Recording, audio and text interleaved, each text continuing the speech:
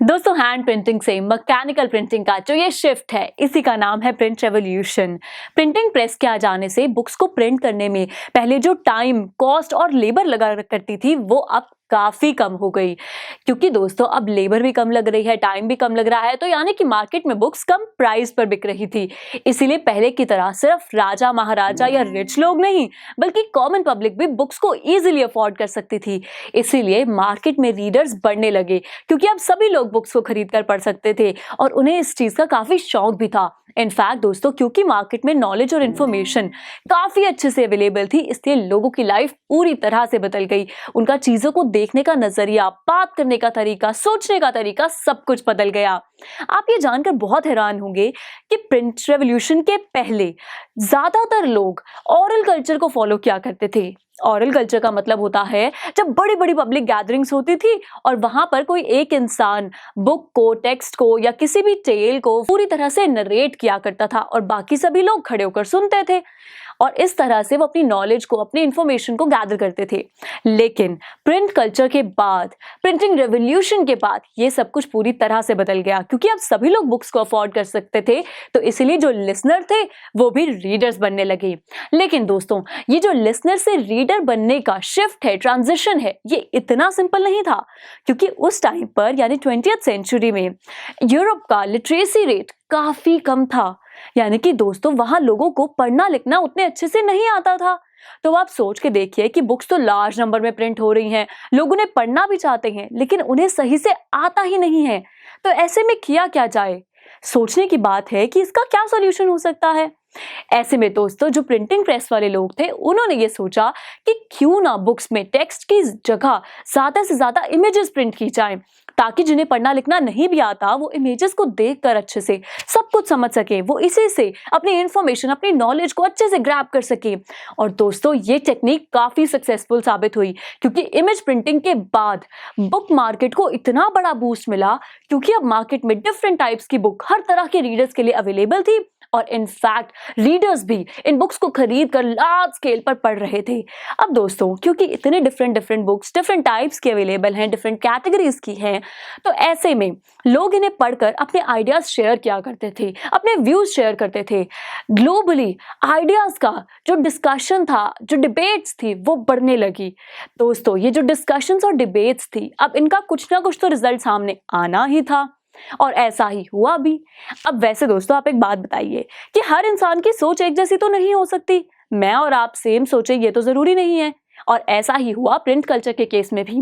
Print revolution को लेकर काफी सारे लोगों के थॉट्स अलग अलग थे। कुछ लोगों ने इसे बहुत अच्छे से अपनाया और कुछ ने इसे नहीं भी अपनाया। वैसे दोस्तों, जिन लोगों ने इन्हें अपनाया उनके मन में एक डर था, और वो डर था कि अगर इस बात का खास ध्यान नहीं दिया गया कि क्या छप रहा है और क्या लोग पढ़ रहे हैं, तो इससे काफी सारे इररिलीजियस और रिबेलियस थॉट्स लोगों के मन में आ सकते हैं। लोगों के विचार गलत भी हो सकते हैं, क्योंकि वो जो भी पढ़ेंगे, जिस भी बारे में डिस्कशन करेंगे, बात करेंगे, वो तो उसे ही सच मानेंगे। तो आखिर ऐसे में लोगों की सोच को कैसे कंट्रोल किया जाए, कैसे इस बात का ध्यान रखा जाए कि लोग सही पढ़े?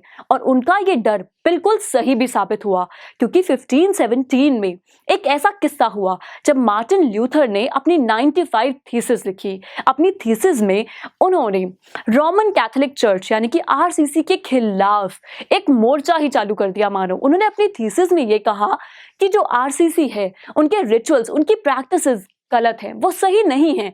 उन्होंने रोमन कैथोलिक चर्च को सीधा सीधा चैलेंज कर दिया कि वो आकर ल्यूथर को गलत साबित करें। और दोस्तों, उनके इस चैलेंज के बाद मार्टिन ल्यूथर की लिखी गई ये जो थीसिस थी, इनकी 5000 कॉपीज तो कुछ हफ्तों में ही बिक गई, और इनफैक्ट इसका सेकेंड एडिशन अगले 3 महीनों में प्रिंट होकर बिकने लगा, जिसकी वजह से लोगों के विचार चर्च को लेकर काफी ज्यादा बदल गए। और लास्ट में इसका सॉल्यूशन ये निकला कि रोमन कैथोलिक चर्च को अपने रिचुअल्स को रिफॉर्म करना पड़ा। जहां पर दोस्तों, आप ये बहुत अच्छे से कह सकते हैं कि किस तरह से एक रीडिंग, एक टेक्स्ट की वजह से इतना बड़ा रिफॉर्म सामने आया, एक प्रोटेस्टेंट रिफॉर्मेशन सामने आया। वैसे दोस्तों, इस सब सारे किस्से के बाद मार्टिन ल्यूथर ने प्रिंटिंग को असल में गॉड का अल्टीमेट और सबसे ज्यादा ग्रेटेस्ट गिफ्ट बताया। और उनकी इस बात से बहुत से स्कॉलर्स ने भी सहमति जताई। उन्होंने कहा कि प्रिंटिंग एक ऐसा टूल है जिससे लोगों से आइडियाज को डिस्कस किया जा सकता है, लोगों को अवेयर किया जा सकता है। उन्होंने प्रिंटिंग को पॉजिटिव बताया। वैसे दोस्तों, जैसे हर कॉइन के दो साइड्स होते हैं, वैसे ही प्रिंटिंग के केस में भी जहां उसके पॉजिटिव इफेक्ट्स थे सोसाइटी पर, वहीं उसके नेगेटिव इफेक्ट्स भी थे। बहुत से लोगों ने सोसाइटी में प्रिंटिंग को नेगेटिव बताया, क्योंकि दोस्तों 16th सेंचुरी में मनोकियो जो कि इटली से थे, उन्होंने जो एक कॉमनली सिर्फ एक कॉर्न मिल में काम किया करते थे, उन्होंने बुक्स को पढ़ना शुरू कर दिया। उन्हें इंटरेस्ट आ गया और बुक्स पढ़ते पढ़ते एक दिन अचानक से उन्होंने बाइबल को चुना। जब वो बाइबल पढ़ रहे थे तो उन्होंने उसमें एक मैसेज के बारे में पढ़ा जहां गॉड और गॉड की क्रिएशन के बारे में लिखा हुआ था। ऐसा पढ़ने के बाद उन्होंने उस मैसेज को अपने ही तरीके से इंटरप्रेट कर लिया, उन्होंने अपने विचार बना लिए, जिस पर रोमन कैथोलिक चर्च को तो बहुत गुस्सा आया। वो बिल्कुल ही इसके खिलाफ हो गए और उन्होंने मनोकियो को मरवा दिया। दोस्तों, आप सोच के देखिए, एक टेक्स्ट और उससे जन्म लिए हुए एक विचार ने एक इंसान को अपनी जान गंवाने पर मजबूर कर दिया। तो यानी कि सोसाइटी में इसके नेगेटिव इफेक्ट्स भी हैं। और रोमन कैथोलिक चर्च ने इस किस्से के बाद 1558 से ही एक ऐसी लिस्ट, एक रजिस्टर तैयार करना शुरू किया जिसमें उन्होंने सारी की सारी ऐसी बुक्स के बारे में मेंशन किया जो कि प्रोहिबिटेड हैं, जिनका मार्केट में आना या रीडर्स का पढ़ना गलत है।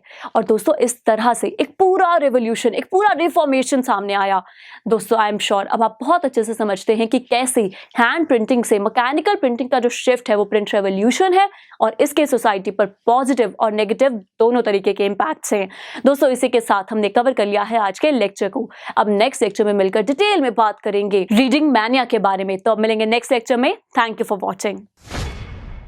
आई एम श्योर स्टूडेंट्स, आपको ये वीडियो बहुत पसंद आया होगा। तो इसी तरह से एक मजेदार तरीके से अपने हर कॉन्सेप्ट को क्लियर करने के लिए डाउनलोड कीजिए PU Stack ऐप, जहां आपके लिए और भी कई सारे ऑप्शंस हैं, जैसे कि आपके लिए सैंपल पेपर्स हैं, back exercise solutions, step videos and much more. So what are you waiting for? Download the app now.